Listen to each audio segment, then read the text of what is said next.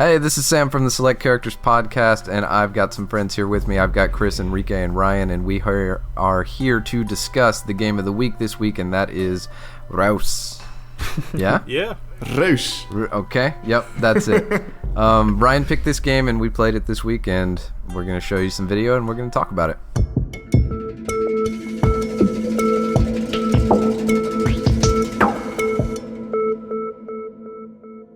So what did you guys think? Yeah, I'm curious. I want to hear you guys' thoughts before I chime in. It's very soothing, first of all. Like Enrique said, it's quite calm and tranquil and relaxing.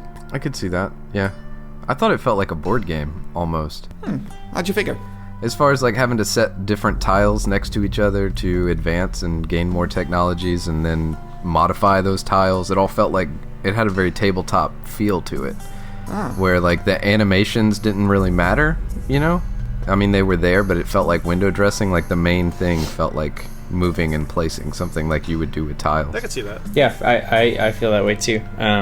That's actually like pretty much the exact feeling I got while playing it, because I bought this game I think 2 years ago on summer sale or something like that, and I waited a long time to play it just because I was playing other stuff, and I started it up, and it felt like to me like a board game that somebody was explaining to me, and I couldn't, like, it was my first time playing, so I didn't really get it, and now I'm just sitting here like, yeah, I could probably play that more, like I kind of get it, but I don't know, I feel like I never got a complete grasp of the game. Well, there's a lot there, but the controls are really good. I like the keyboard controls a lot. Like the number keys for the giants, and then, you know, your QWER for your abilities. Some of that stuff I thought maybe wasn't explained as well as it could have been, which might have been part of the difficulty you're talking about. There was, like the main example I saw was trying to make salt, and it said you need lesser seismic aspect or better, and I was like, okay. And then the crystal ability to the giant crab apparently works, even though it says nothing about being better than lesser seismic on it. Yeah. The stuff in the UI is pretty nondescript. Yep, that's why I felt that way. It was like somebody was telling me a board game, like telling me the rules to a board game rather than me reading the rule book. Because I just found like there were a lot of things that I just kind of discovered on my own by playing with it, which, I mean, I can see that being fun for some people, but that's not, I don't know, I don't really enjoy that type of gameplay. Well, specifically in this game where it's like iterations and combinations, like you need to tell me what the other combinations are. You can't just say this thing or better, and better is like 12 different things and I just have to figure out, you know, which one of those it is. That doesn't exactly work. Like, just lay it out for me. You can show me a grid. I'm not going to freak out. It's totally okay. But I need that information because it's crucial. I kind of wish the information had been like presented better, because I know I had a hard time understanding the whole concept of symbiosis. Yeah, yes. Mm-hmm. Yeah, because I know like when you're improving a couple of tiles, it tells you, you know, like if you put animals in one improved tile, if they're within like a certain range from another tile, it gets it like a symbiote improvement and stuff like that. But I remember seeing that in the tutorial and didn't really kind of click until, you know, after a couple hours in the game where, you know, you kind of start doing it yourself and you're like, oh, this makes sense. It's kind of like Ryan says, it feels like you're playing a board game and somebody's just telling you what to do, but not really explaining the rules of it. Yeah, and it's not like the good kind of discovery. I think when you're learning a game, to me it was like I'd learn how to do something via like experimenting and reading kind of the vague explanations for like things like symbiosis, and it didn't have that same feel. It wasn't that satisfying feel of like discovering something on your own. It was like discovering something and I thought to myself, okay, I guess that makes sense and that's a mechanic. I guess I'll use that in the future. It was never like, oh, now I get it. Now I can start applying this in different situations. Right. Yeah, it tends to be pretty unintuitive, and that is probably what is going to stop me from playing this game for extended amounts of time. Mm-hmm. Yeah, I felt like the discovery of those mechanics was more of an afterthought than, like you said, like that genuine sense of discovery. Yeah. Another thing was that some of that symbiosis stuff happens instantly, and some of it takes a couple ticks until it kicks in. So you're like, wait, why isn't this working? Okay, this is what this needs. I have it all lined up. What's the problem? And it turns out you just need to sit there for a little bit. They never tell you, like, okay, some of this stuff's going to happen instantly. Some of it's going to take a minute. Like, have some patience. But it just feels kind of frustrating in a way. Yeah, I get you. It is. Would you agree with me if I said that it was a tactics game? mostly? No, like Because it felt like you had to pick and choose where you put your minerals or put your plants and put them in the right order and stuff like that. I would say, well, I'd have two problems with that. The first one being that tactics kind of has a specific implication as far as gaming genres go, and the other being that I would call it more strategy than tactics, because tactics would be what's the decision that works right now, and strategy would be the building blocks towards a larger overall goal. All right, yeah. Well, then I used the wrong word. So I'd probably call it strategic more than tactical. Well, because it can be very, very vague at times. It turns into a puzzle game, but not because it seems like the developers went for that, but just because of the way the game was set up. But I didn't really find that fun because I wasn't really playing the game. I was trying to find out what the game was wanting me to do without actually knowing how to do it. going with the board game analogy, for me, it reminded me a lot of like Settlers of Catan, where you had the tile set, and like I guess the bulk of the game revolves around kind of improving the different tile sets and hoping that they work together with everything that's around it. How did you guys feel about I guess like that whole little greed mechanic and then the eventual escalation to violence? So when I was doing the tutorial a few weeks ago and just kind of learning how to play the game, they introduced that, and I was like, oh cool, so the people like get greedy and start attacking each other and start attacking the giants and stuff. And I was never able to get to the point where they got greedy enough to do that. And I played the game, a good amount. And I just never got that far, and I don't know if that's because I was missing some pieces that I didn't know needed to happen, or... Yeah, you gotta lower their awe. Like, awe is the opposite of going to war, that little blue eyeball thing. Uh-huh. So, like, the lower that is, the higher chance they have to be aggressive. But the way they portrayed that in the opening movie, I thought was really great. Like, the people going after the giants, and they're like, diamonds! And you're like, whoa, that's kind of a cool concept, like, conveyed through pictorials. Yeah, I thought, when I saw that, I thought the game was gonna, like, get kind of dark, Like, you provide all this stuff for the people, and then they start attacking you because they get greedy. And I was excited for that to come, but I never reached that point. I just have happy little villages who are living. One of the villages I had, this was at the very start of the game where I didn't really know what each individual giant did. I accidentally used the rock giant to create a mountain in the middle of a village, accidentally. Oh god. So that game was over pretty soon. Everything was on fire, and Yeah, I was disappointed that there weren't mountain villages, or I didn't like that raising a mountain kind of deadened, I guess, the landscape. Yeah, getting enough squares was definitely an issue. Like, I just need one more square. And then trying to figure out what makes them expand another square. I think it might be just time, but I'm like trying my best. I'm like, you guys just need one more square. I will make you so profitable. Just expand, please. Yeah. It seems to be a game that has a very strong concept, but the way that they went about, making that concept into a game leaves a lot to be desired. I could absolutely agree with that, yeah. The progression is really great. Like, trying to get all those little mini achievements is a lot of fun. And then you see that, like, the reward for it is just, like, play for an hour instead of 30 minutes, and it's kind of like, oh, okay.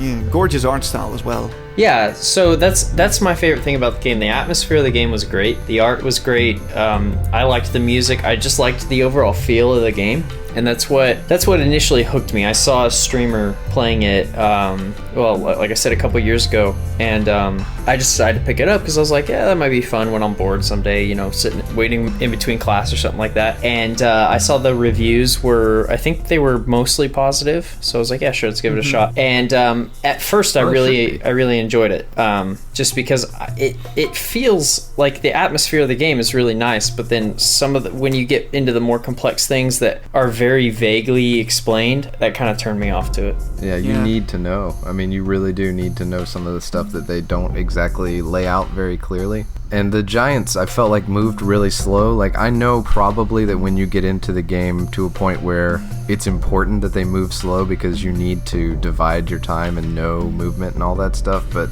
in the early stages of the game, it's just like painstaking. Like, there's no reason they should be moving this slow. Yeah, and on top of that, the cooldowns for some of the skills were really long, like 30-second cooldowns on some of them. Yeah, that's exactly what what Sam was saying. That is the reason why they have that stuff, is because when you get later into the game, the time becomes valuable. So it's like if your giant has to spend a minute walking around the planet and you've only got 45 seconds for him to get there, you're kind of screwed. Yeah, and I think that is the crucial contradiction of this game, because it's like, we're not going to super explain it. We want you to get out there, try these combinations, try these things, figure out what works. But also the pace is very slow, so that you can't rapidly try them and say, okay, that didn't work, try this. So those two things are fighting against each other, and I think that disconnect is the game's sort of main problem. That's a good way to put it. It was like painful to experiment. Right, and in a game that's about experimentation, that's not what you want to do. Yeah, I did notice a lot of the mechanics, they almost come about almost as a punishment rather than, like a sense of discovery. I know for me, for example, the whole concept of danger didn't really click until I was using, I think it was the swamp creature, the swamp giant. You can use them to actually create exotic animals and everything.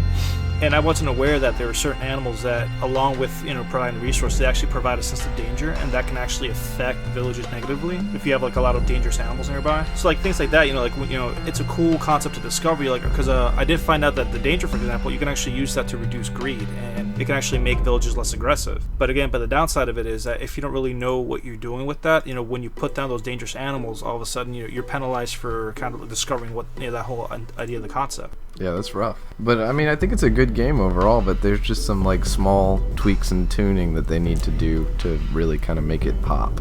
Yeah, I think it takes a certain level of patience to appreciate it, I think. Yeah. Which is a level I thought I had, but I don't, obviously. Right. Same here, man. It's still a fun game, though, because it was like a really cool mix between a board game and, you remember Black and White? Mm-hmm. It's kind of vaguely reminiscent of that. Very vaguely, yeah. I liked Black and White. That was a good one.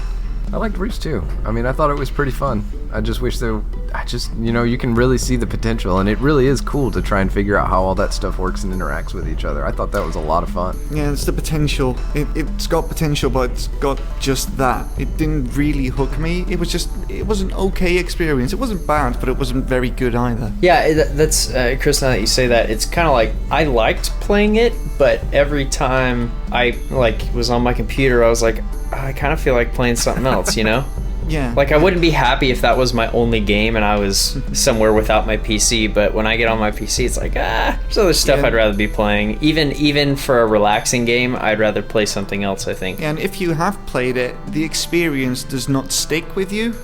No, it doesn't. Too bad. Like I said, not bad, not really all that good either. Just okay. Maybe that's the fatal flaw of the game, is it doesn't stick. I don't know, I just felt like each time, because you get different time limits and the experience is pretty much the same, you just gotta do it in a different time frame. Which doesn't really add all that much. That's not to say that there's nothing to explore there, because there's a ton of stuff to dig into and explore there. It's just like the desire to go after it, I didn't really have it.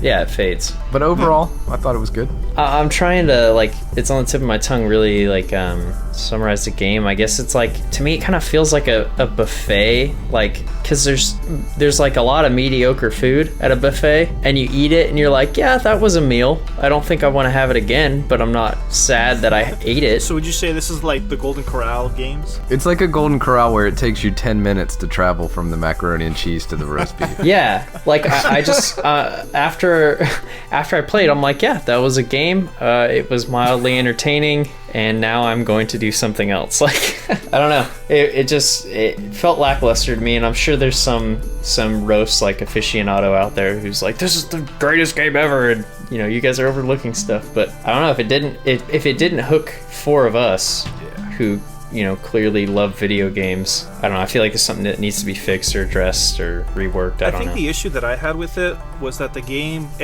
like Sam was saying, it has this clear potential where you see these little gleams of things that you can expand on. But for me, as I was playing it, it immediately made me want to play about 3 or 4 other games that I already own.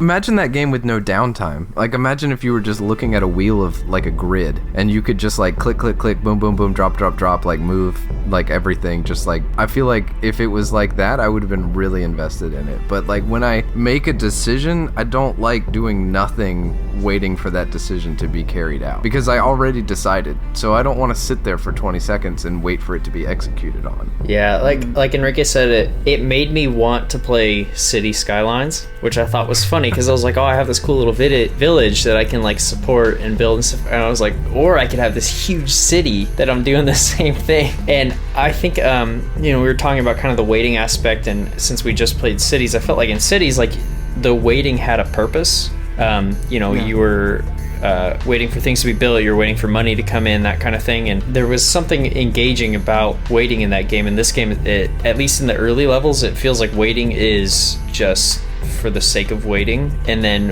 when waiting becomes a factor, it's like a stressful thing. But I think another difference is in City Skylines, the waiting isn't a limitation. You finish putting your district in, you want to wait for it to generate some revenue or something, but you can explore the other menus, you can actually kind of plan out what you're going to be doing. You can turn it up to 3x speed. Yeah, exactly. But with, with Reus, the waiting, it almost feels like the second you have to wait for a cooldown or a giant to move, you can't do anything else. I think because of the waiting mechanic that is in this game, it would have been perfect for a tablet game or something like that. I could see that, like a mobile game, just, queue up your giants and terraforming and then just put it away until it's ready to go. Yeah, go do something else until, you get a pop-up or something and take a look and drop down some stuff and then go away again. Would have been perfect, but yeah. When you start, what are they called? The little buildings, and it makes you like meet the requirements. The projects. The projects. Projects, yeah. That would be like a really cool thing on a mobile format, because you could just put it in your pocket and wait for all that stuff to execute, and then your phone vibrates, your tablet dings, and that move is now finished. Maybe that's I don't know. That's interesting to think about. But overall, I just felt like the game was kind of flat. And after I played it, I just kind of shrugged, and I was like, yeah, okay. Yeah, I think that's a fair assessment. All right, cool. So that was Reus. We played that this week. It was fun. Next week, we're going to play another game. And if you want to find out what that is, you can tune in to the Select Characters podcast by clicking the annotation on this video, or by downloading it from iTunes or whatever RSS feed you enjoy. And we want to get some audience participation, so play next week's game. Send us an email to selectcharacters@gmail.com, or just leave comments. Just get in touch. We want to know what you think too, instead of what we think. Let us know why you think Reus is the greatest game that's ever been made. So subscribe, leave comments, check out the podcast, and we will see you next week.